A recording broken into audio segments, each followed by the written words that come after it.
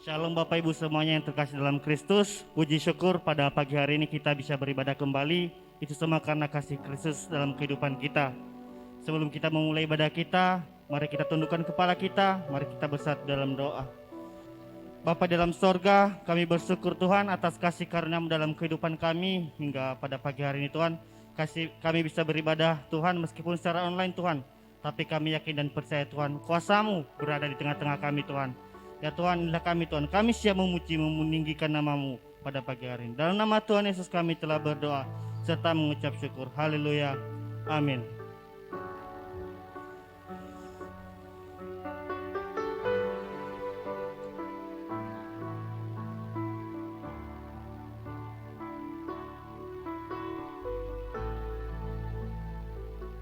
Segala perkara dapat ku tangguh di dalam Dia yang memberi kekuatan.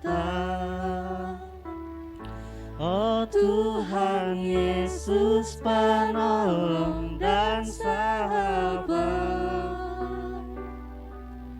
tetap percaya Tuhan setia.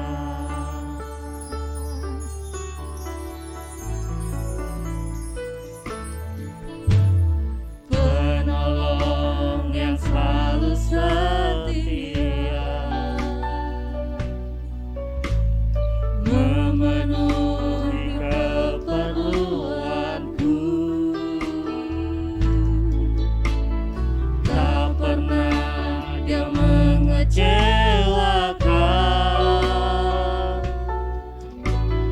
Yesusku tak pernah gagal. Penolong yang selalu setia, memenuhi keperluanku. Tak pernah Dia mengecewakan. Yesusku tak pernah gagal. Segala perkara dapat ku tangguh di dalam Dia yang memberi kekuatan. Oh Tuhan Yesus penolong dan sahabat, tetap percaya Tuhan setia.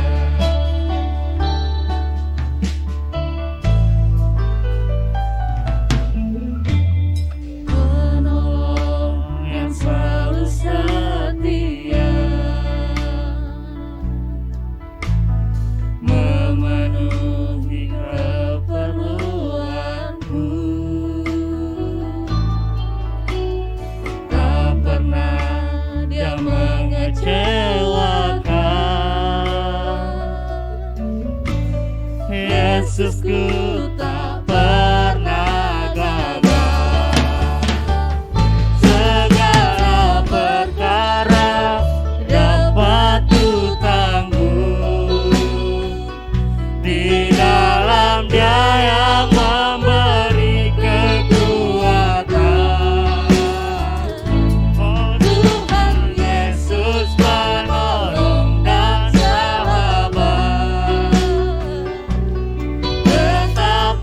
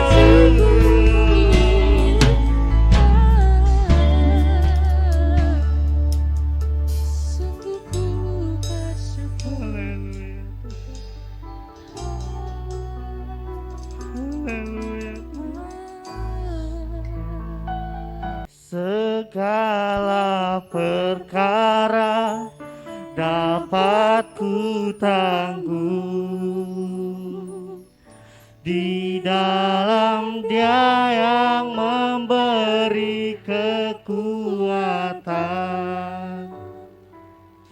Oh Tuhan Yesus, penolong dan sahabat, tetap percaya Tuhan setia. Tetap percaya Tuhan setia. Tetap percaya Tuhan setia.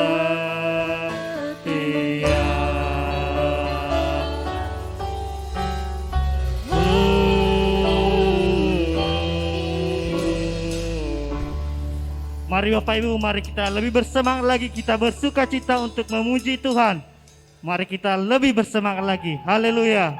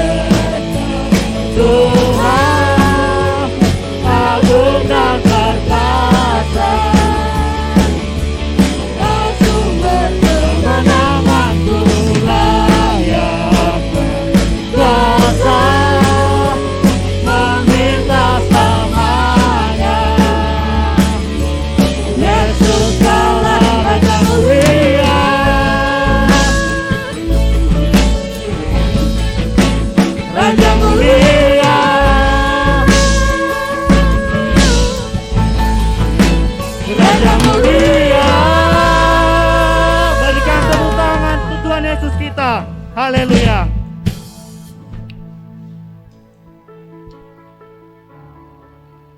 Kami percaya apapun yang kami hadapi saat ini itu tidak terlepas dari rencana-Mu Tuhan. Kami percaya bahwa waktu-Mu pasti yang terbaik bagi setiap kami. Terima kasih Tuhan.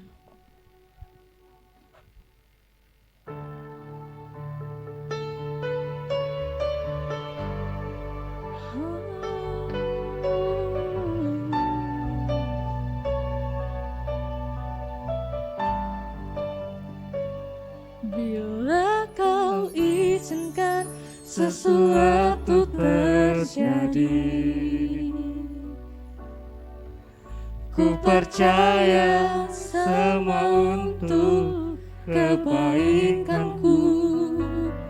Bila nanti telah tiba waktumu, ku percaya kuasa-Mu memulihkan hidup. Katakan waktu Tuhan. Waktu Tuhan pasti yang terbaik, walau kadang tak mudah dimengerti. Lewati cobaan, ku tetap percaya waktu Tuhan pasti yang terbaik. Kami tahu Tuhan, Kau beserta. Bila Kau izinkan sesuatu terjadi, ku percaya semua untuk kebaikanku. Bila nanti telah tiba waktumu, katakan, ku percaya kuasa-Mu memulihkan hidupku. Dengan iman katakan, waktu Tuhan pasti yang terbaik, walau kadang tak mudah dimengerti. Lewati cobaan,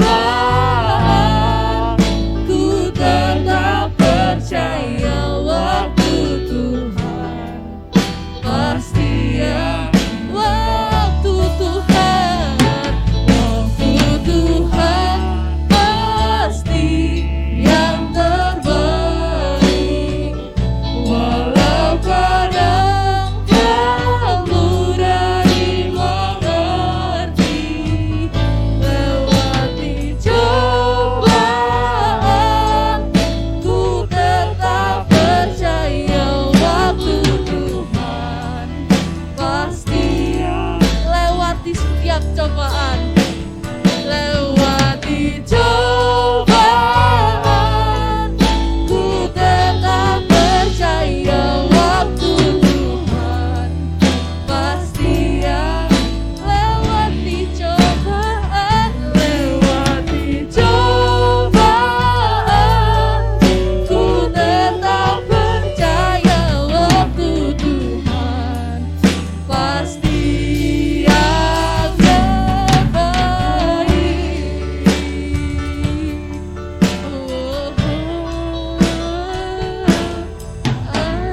Terima kasih Tuhan, kami telah memuji meninggikan nama-Mu Tuhan pada hari ini Tuhan. Kami sangat mengucap syukur Tuhan untuk itu semua ya Tuhan. Sebentar lagi Tuhan kami akan mendengarkan firman-Mu yang disampaikan oleh hamba-Mu. Kiranya Bapa yang selalu memberikan hikmat bagi orang yang menyampaikan firman-Mu bagi kami semua ya Tuhan. Kiranya Bapa juga selalu memberikan kami juga hati yang terbuka ya Tuhan, supaya kami bisa menerima segala firman yang Kau sampaikan kepada kami ya Tuhan melalui hamba-Mu. Inilah kami Tuhan, kami siap untuk mendengarkan firman-Mu. Dalam nama Tuhan Yesus kami telah berdoa dan mengucap syukur. Haleluya. Amin. Selamat pagi Bapak Ibu Saudara sekalian yang ada di rumah. Mari kita membuka firman Tuhan. Kitab Perjanjian Lama 2 Tawarik pasal 11. 2 Tawarik pasal 11 dari ayat 13 sampai ayat 17. Kita Tawarik pasal 11 dari ayat 13 sampai ayat 17. Saya akan bacakan. Para imam dan orang Lewi di seluruh Israel datang menggabungkan diri dengan dia dari daerah-daerah kediaman mereka. Sebab orang Lewi meninggalkan tanah penggembalaan dan milik mereka, lalu pergi ke Yehuda dan Yerusalem. Oleh karena Yerobeam dan anak-anaknya melarang mereka memegang jabatan imam Tuhan. ayat 15, ya. Dan mengangkat bagi dirinya imam-imam untuk bukit-bukit pengorbanan, untuk cincin dan untuk anak-anak lembu jantan yang dibuangnya. Dari segenap suku Israel orang datang ke Yerusalem mengikuti orang-orang Lewi itu, yakni orang yang telah membulakan hatinya untuk mencari Tuhan Allah Israel. Dan mereka datang untuk mempersembahkan korban kepada Tuhan Allah ya, nenek moyang mereka. Demikianlah mereka memperkokoh kerajaan Yehuda dan memperkuat pemerintahan Rehabeam bin Salomo selama 3 tahun. Karena selama 3 tahun mereka hidup mengikuti jejak Daud dan Salomo. Baik saudara, judul khotbah saya hari ini adalah ibadah yang harus dipertahankan. Ibadah yang harus dipertahankan. Sebenarnya kita harus membaca seluruh kitabnya, tapi pasal 11 ya, tapi karena waktunya terbatas, jadi saya hanya membaca nas yang tersebut. Saudara udah tahu kita sekarang berada suatu situasi yang agak bahaya juga ya. Saya sendiri setiap hari di rumah sudah bosan stres. Kadang-kadang saya bertengkar sama istri saya, karena istri saya juga stres. Ya. Kalau Korea, transportasi umumnya sudah lancar ya. Begitu keluar dari rumah, orang Korea bisa langsung naik bis umum atau metro ya subway. Bisa beli barang di mana-mana, tidak membutuhkan kendaraan pribadi. Ya, karena sistem Korea begitu. Tapi di sini, kalau mau pergi harus pakai kendaraan, nggak bisa keluar dari rumah, jauh. Ya. Jadi itu membuat saya cukup stres sama istri saya. Ya. Saudara, sekarang ya situasinya semakin gawat. Saya tadi baca berita tentang tindakan pemerintah Jepang. Pemerintah Jepang menganggap Indonesia sekarang semakin bahaya, termasuk paling bahaya ya di dunia ini karena corona ya. Jadi pemerintah Jepang mengirim pesawat ya untuk mengevakuasi orang Jepang ke Jepangnya. Jadi suasana semakin gawat ya, semakin bahaya ya, semakin bahaya. Tapi saudara dalam situasi ini ada suatu pertanyaan yang timbul dalam hati saya. Ya. Dalam situasi ini, apa sikap atau tindakan umat Kristiani?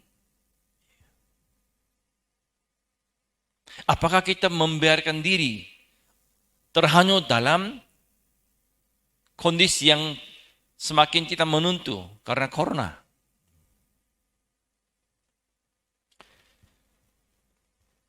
Judul khotbah saya sehingga ibadah yang harus dipertahankan. Tapi di sini konsep ibadah bukan saja ibadah yang ya istilahnya diadakan di gereja tempat ya, ruang tempat ya, gereja gedungnya. Tetapi juga adalah menyeluruh ibadah konsepnya.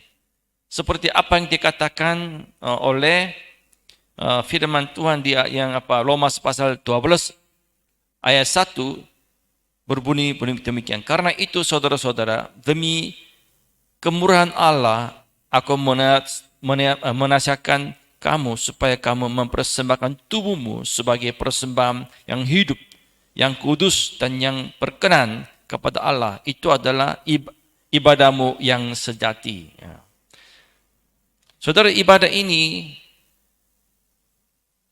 sifat menyeluruh ya, termasuk tubuh. Bukan jasmani ini. Ini ya, tubuh ini berhubungan dengan kehidupan sehari-hari. Di mana kita berada, itu adalah semua, adalah termasuk ibadah. Ya. Apa yang kita pikirkan, itu adalah ibadah.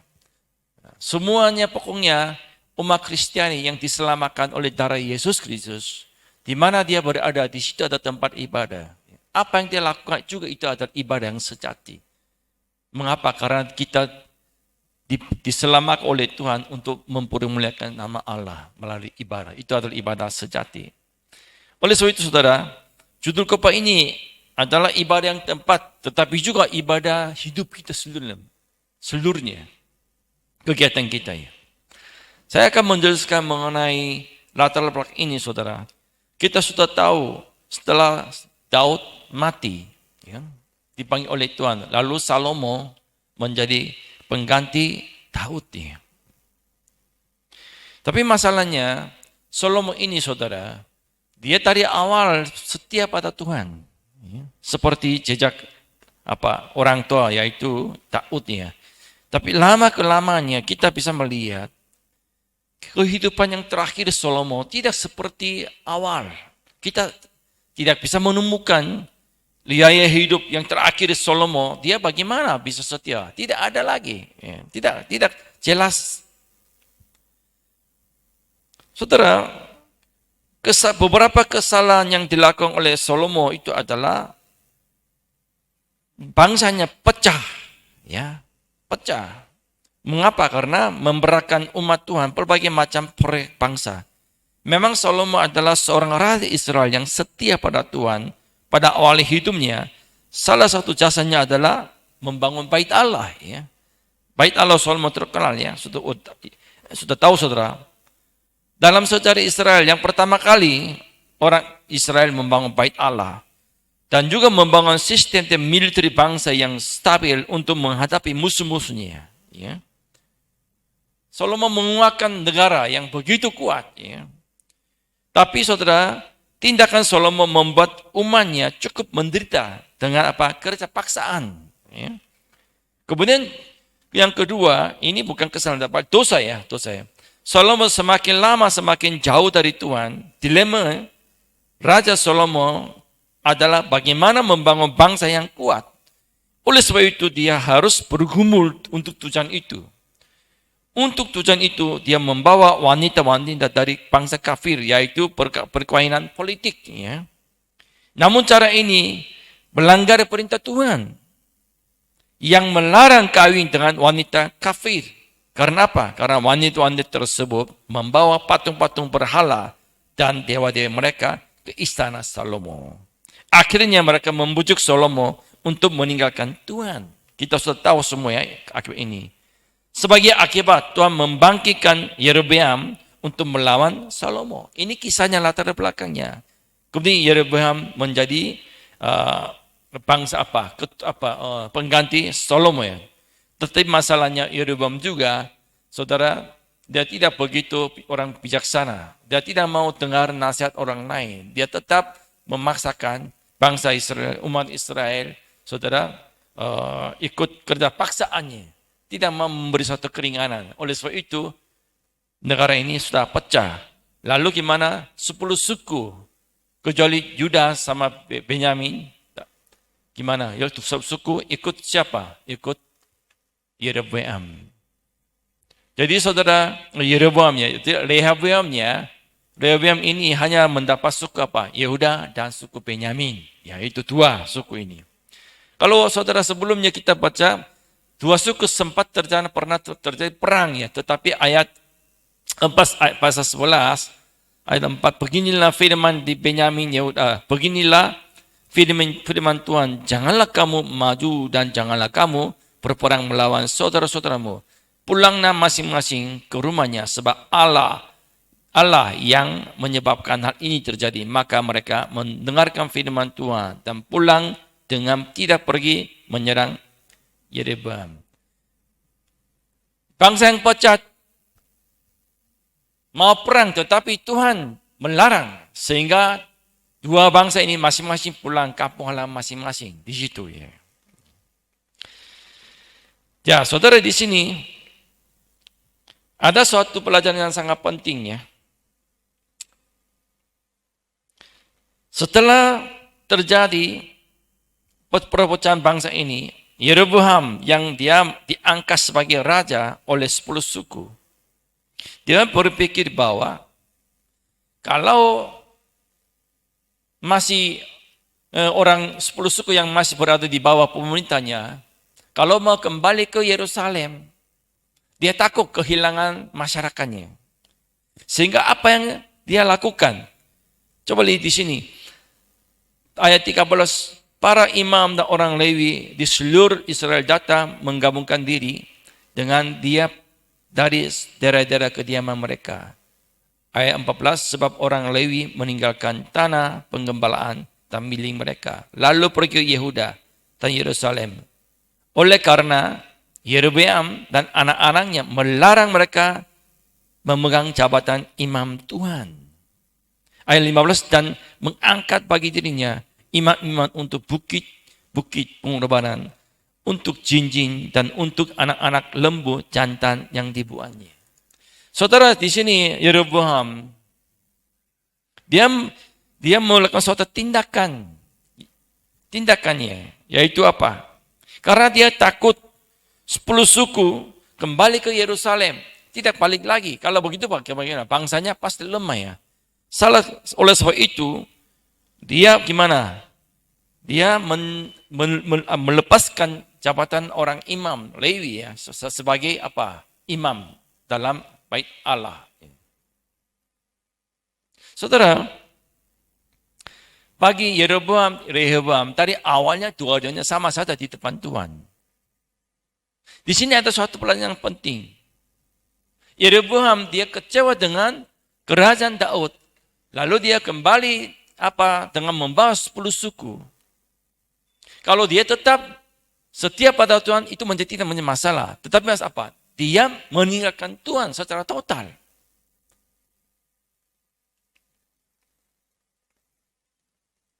Kemudian dia menghancurkan sistem agama Yahudi tradisi. Itu kesalahannya begitu. Saudara, hati-hati.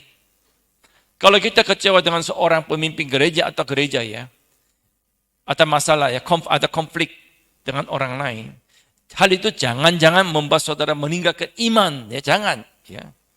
Kita pernah bisa terjadi konflik dengan sesama lain. Bisa menghadapi suatu pergumulan ya di dalam gereja. Tapi hal itu jangan saudara membiarkan diri sampai meninggalkan iman seperti Yeroboam. Yeroboam kalau tetap setia pada Tuhan, mungkin bangsanya bisa berkembang ya, maju. Tetapi masalahnya dia tindakannya sangat bodoh di sini. Dia melepaskan jabatan orang Lewi. Kemudian dia melarang bagaimana orang Israel yang tinggal di wilayahnya supaya tidak kembali ke Yerusalem untuk beribadah. Dia menghancurkan hubungan umat Israel dengan Allah yang hidup. Itu dosanya. Dia membangun banyak berhala-hala ya. Jantan lembu itu apa? Jantan lembu itu apa? Itu adalah lambang dewa orang Kanan.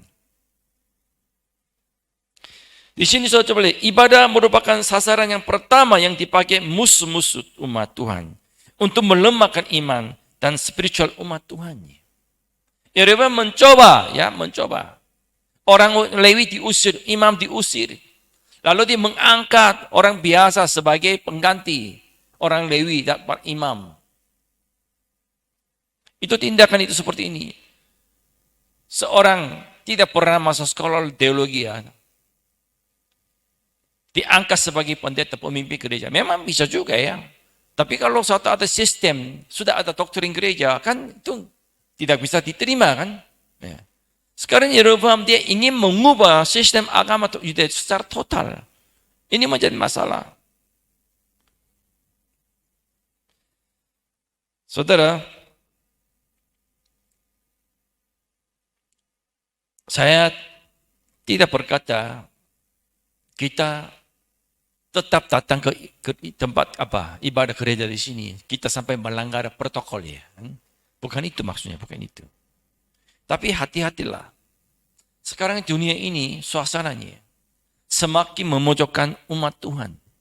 Memang saya mengerti, saya juga takut kalau kena corona ya. Tapi sekarang di Korea tahu apa yang terjadi. Korea sekarang setiap hari 1.000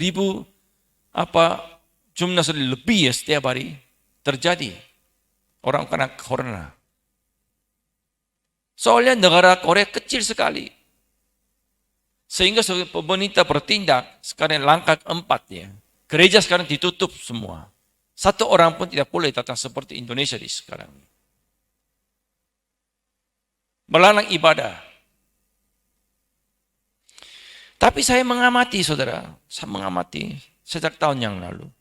Memang, saudara, orang umum biasa, ya, dan juga orang Kristen perlu hati-hati untuk menjaga, memperhatikan kesehatan orang lain, keamanan negara juga bisa harus begitu, sehingga kita ya tidak berkumpul karena ada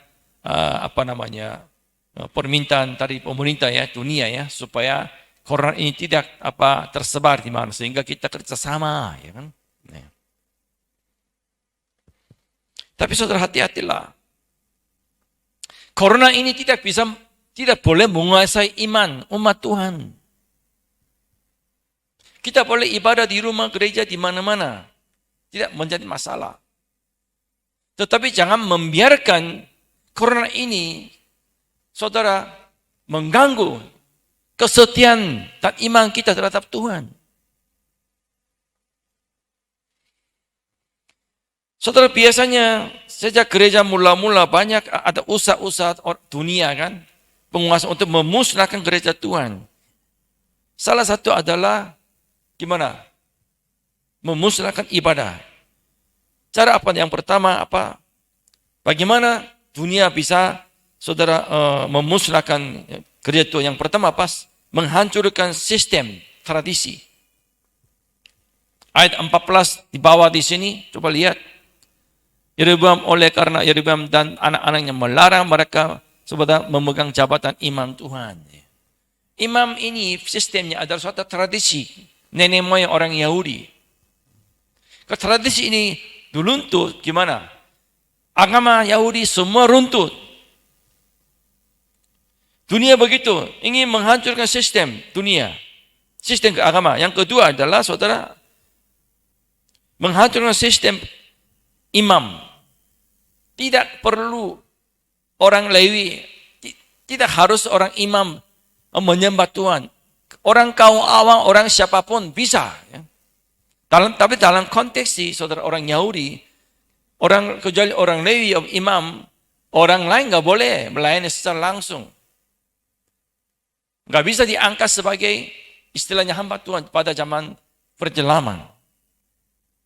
Kemudian yang ketiga yang paling bahaya adalah ada usaha untuk menggantikan dewa-dewa dunia ya dengan Allah yang hidup. Selalu tiga faktor ini diserang oleh orang-orang dunia.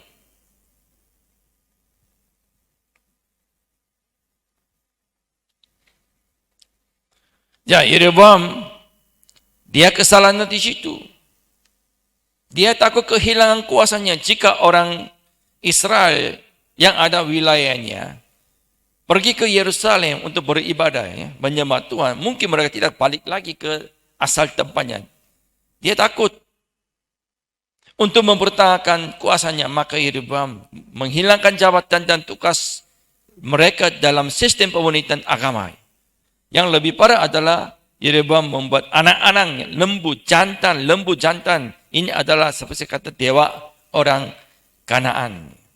Lembu lambang kemakmuran. Saudara, ini adalah dia berpikir dia bisa menciptakan Allah baru.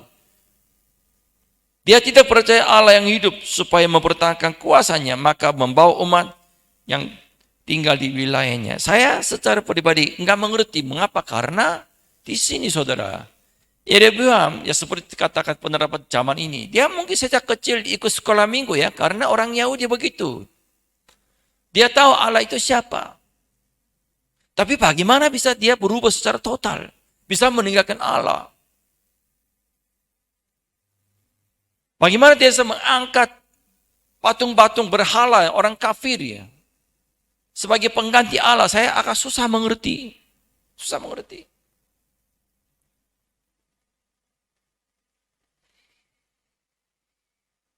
Saudara, tujuan kuasa kegelapan adalah membuat umat Tuhan tidak berfokus pada Allah. Khususnya salah satu adalah ibadah. Saya katakan ibadah bukan kategori hanya tempat ibadah di sini. Memang termasuk, tapi adalah apa? Kehidupan kita sehari-hari. Itu juga ibadah, kegiatannya. Tubuh kita. Seluruhnya. Jiwa pikiran kita semua ini adalah ibadah konsepnya. mendatangkan suatu kekhawatiran, ketakutan melalui corona.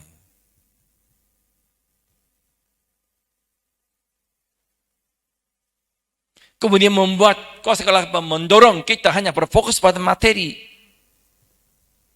Ketakutan, kehilangan sesuatu.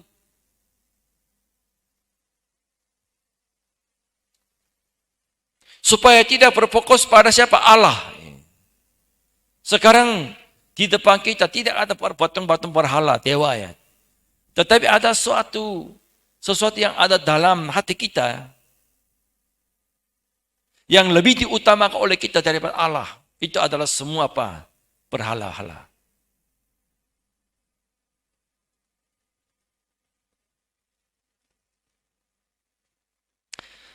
Saudara masih ingat dulu waktu saya berkhotbah pada saudara, saya pernah sempat cerita mengenai politiknya.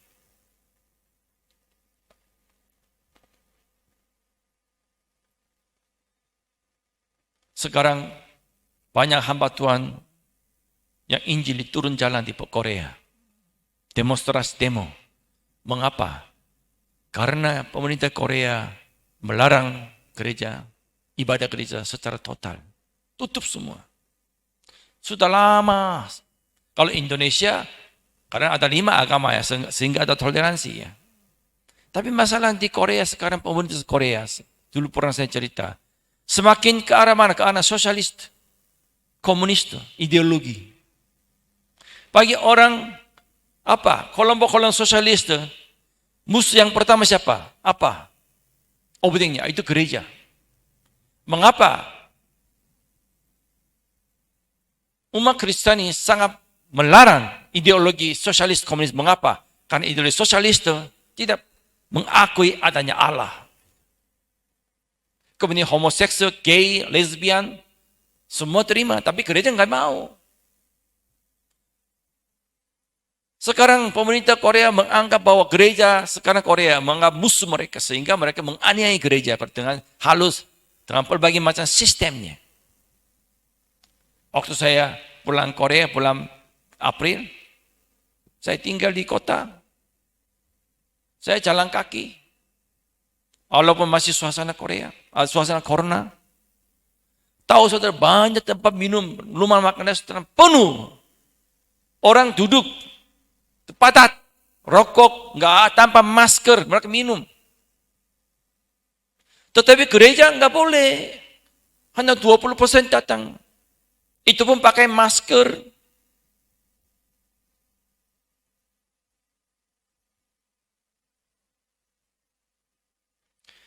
Banyak pendeta sekarang udah jengkel istilahnya. Sehingga kemarin saya baca koran itu sudah turun. Mengapa pemerintah hanya melarang ibadah gereja? Sedangkan mal-mal semua terbuka. Memang ada batasnya ya kan. Boleh bisnis tempat terbuka. Memang hanya 3-4 orang batasnya. Tapi sekarang gereja ditutup. Kemarin ada kelompok yang radikal persatuan buruh. Mereka turun jalan, demonstrasi, tidak dilarang. Sedangkan kemarin 2 bulan yang lalu, orang-orang sayap kanan istilahnya, kemudian orang Kristen turun jalan supaya jangan-jangan tindakan pemerintah terhadap gereja terlalu keras. Semua dilarang, diambil polisi semua, nggak boleh.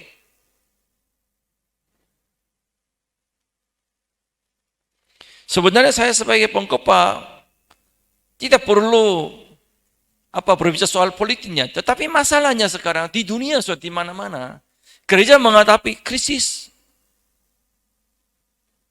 Sistemnya di Amerika juga saya sering pernah cerita ya. Secara halus mereka membuat suatu peraturan baru untuk menginjak gereja Tuhan. Salah satu cara menginjak gereja apa? Menutupi, melarang ibadah kan. Ya kita memang bisa ibadah di rumah lewat Zoom hanya sebentar, tapi itu sementara kan, sebentar, bukan prinsip apa. Lama bukan itu. Jadi salah satu ciri yang paling penting adalah umat Tuhan harus berkumpul di gereja kan. Tempat ibadah.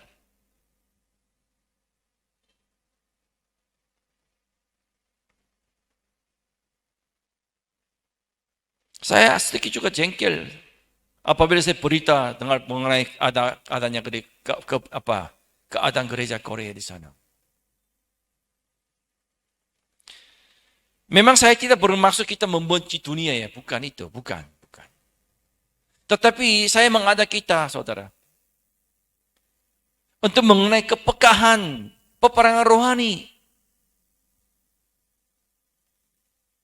Bagaimana sekarang gereja Tuhan semakin gimana? Pertumbuhan semakin merosot.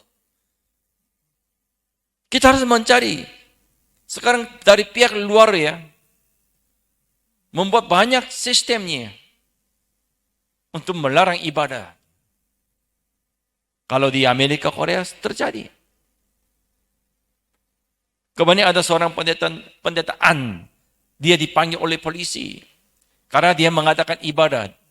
Memang jumlahnya cuma 20% dari semua jemaat. Mengapa? Karena ada laporan dari pemerintah gereja yang harus dilarang ibadah. Tapi dia mengadakan ibadah. Dia diambil polisi. Zaman dulu belum pernah terjadi. Dia bilang begini, saya dengar suruhan jemaat, mereka nangis. Saya mau beribadah di gereja. Banyak jemaat dia telepon, menangis. Dia bilang gini, saya sebagai pendeta gembala, bagaimana saya bisa tutup gereja secara total? Sedangkan coba melihat kalian, kantor pemerintahan, mall, rumah makan di mana-mana terbuka. Tapi kenapa gereja selalu jadi target sasaran oleh pemerintah? Lalu polisi bilang, diam aja. Mengapa? Karena benar kan?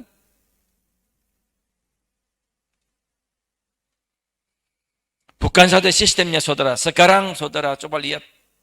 Banyak ada pihak-pihak ya, bidang-bidang ajaran liberalisme, pluralisme yang tidak mengakui kebenaran Injil Yesus Kristus.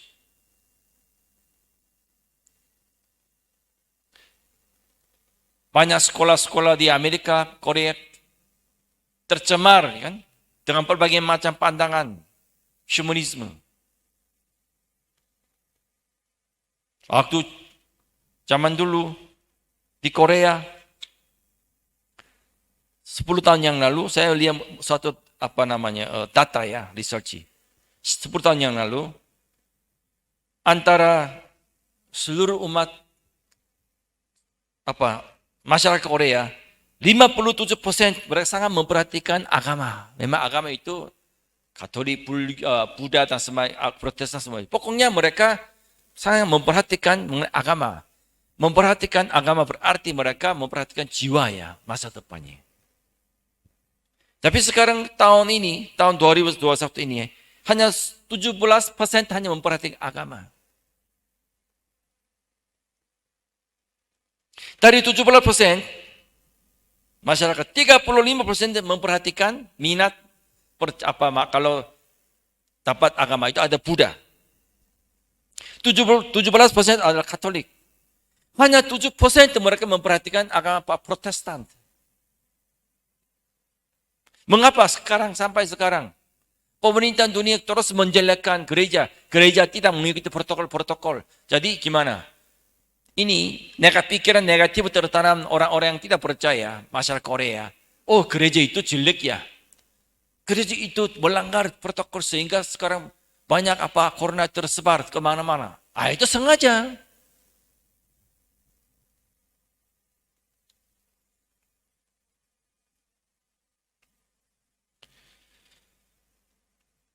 Zaman dulu saudara, di kampus perguruan tinggi, 35% adalah mahasiswa orang Kristen. Tapi sekarang 1%, hanya 1% adalah orang Kristen, mahasiswa. Dulu ada banyak kegiatan dalam kampus, tapi sekarang tidak ada. Ini pengaruh dari mana? Dari pengaruh dunia. Ajaran-ajaran yang menentang kebenaran Injil Yesus Kristus. Filsafat dunia, psikologi dunia, menggocokkan pikiran anak-anak muda ya.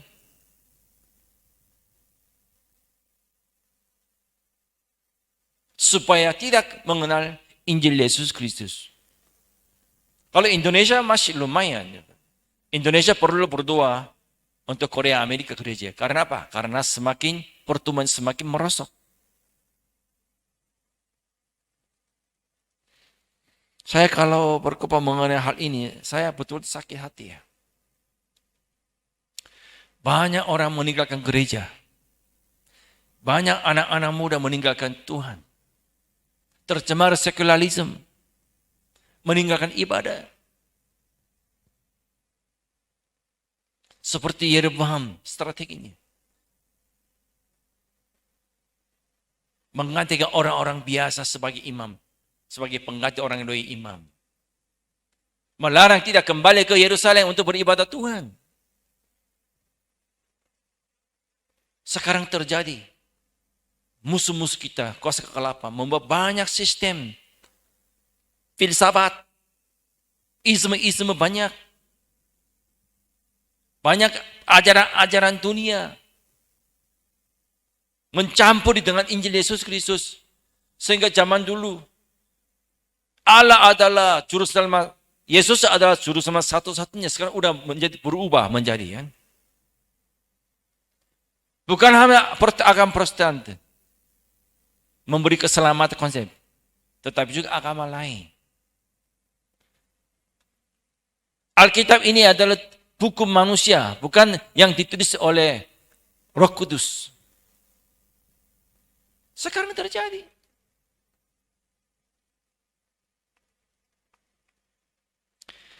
Kemudian yang terakhir saudara, terhadap tindakan Yeroboam, apa yang dilakukan oleh umat Tuhan yang saleh. Coba lihat di sini. Ayat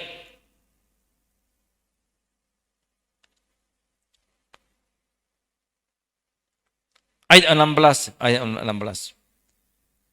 Tadi segenap suku Israel orang datang ke Yerusalem mengikuti orang-orang Lewi itu.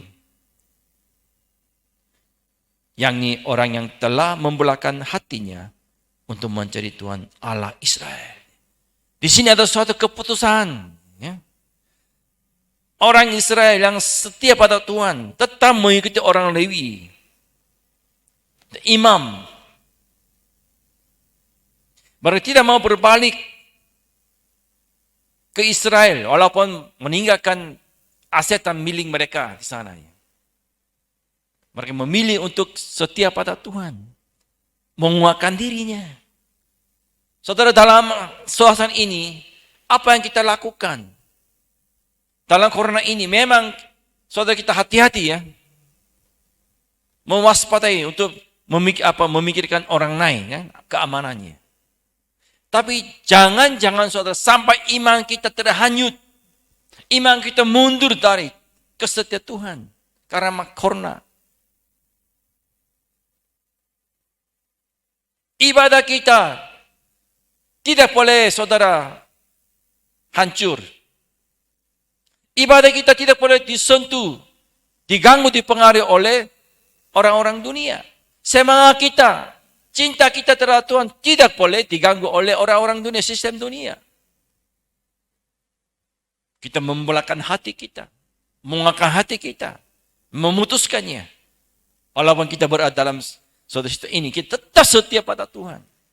Dan membedakan peperangan rohani.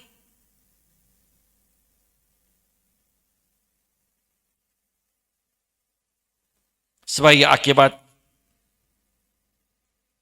ayat 17, demikianlah mereka memperkokoh kerajaan Yehuda dan memperkuat pemerintahan Rehoboam bin Salomo selama 3 tahun. Karena selama 3 tahun mereka hidup mengikuti jejak Daud dan Salomo. Umat Israel yang memilih, yang berpihak pada Allah, diberkati. Saya pikir suasana ini tidak lama ya. Pasti ada maksud Tuhan. Ya. Kasihan juga ya kalau saya melihat jemaat-jemaat yang berdagang, ekonomi tidak lancar, susah ya. Saya dengar, kasihan juga ya. Tapi ini tidak lama. Pasti ada saat Tuhan memulihkan kita semua. Tuhan masing-masing menguji iman kita masing-masing. Alkitab ini adalah buku kisah cerita mengenai pemulihannya. Selalu ada pemulihan Allah di situ. Umat yang setia pada Tuhan dari awal menderita, tetapi akhirnya menang. Ini berisi Alkitabnya. Orang Israel yang ikut gimana? Jejak Daud. Ada damai sejahtera dari Tuhan. Kalau tidak, lenyap. Ini Alkitab. Kebenaran Alkitab. Kita maju terus. Jangan mundur. Jangan kecewa. Tetap setia pada Tuhan. Walaupun milik hartanya ditinggal di Israel. Kita tetap kembali ke Yerusalem. Di bait Allah untuk beribadah. Komitmen kesetiaan kita tidak menjadi sia-sia. Pasti ada akibat yang baik. Ada berkat dari Tuhan. Kita maju terus. Mari kita berdoa bersama-sama. Tuhan, kami bersyukur atas kebenaran Injil Yesus Kristus.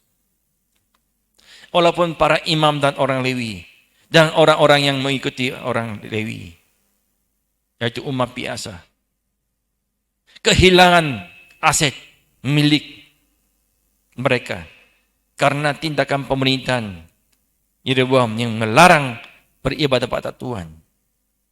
Tetapi akhirnya mereka menang. Mengapa? Karena Tuhan menolong dan memberkati mereka. Walaupun situasi yang berbeda, kami juga menghadapi seperti situasi zaman dulu. Biarlah kami membedakan apa yang benar, apa yang tidak benar. Tuhan menjaga umat Tuhannya dari berbagai macam pencobaan, godaan dari dunia ini. Untuk memusnahkan, menghancurkan ibadah umat Tuhan terhadap Tuhan. Allah yang hidup. Engkau memulihkan, pasti akan memulihkan. Jemaatmu yang sedang bergumul dalam ekonomi, engkau memulihkan, memberkati juga.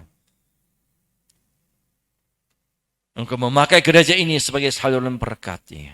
Tuhan menolong jemaatmu yang ada dalam rumah, walaupun mereka ikut ibadah melalui Zoom. Biarlah mereka tetap setia padamu melalui tempat di mana mereka berada. Engkau memberkati semua. Terima kasih Tuhan, dalam nama Tuhan Yesus kami berdoa dan mengucap syukur. Amin. Terima kasih Tuhan untuk kebaikan-Mu yang sungguh luar biasa buat kami. Kami boleh menerima berkat firman-Mu. Biarlah Pastor Kim, Kau boleh berkati dengan luar biasa. Berkati seluruh sidang jemaat-Mu.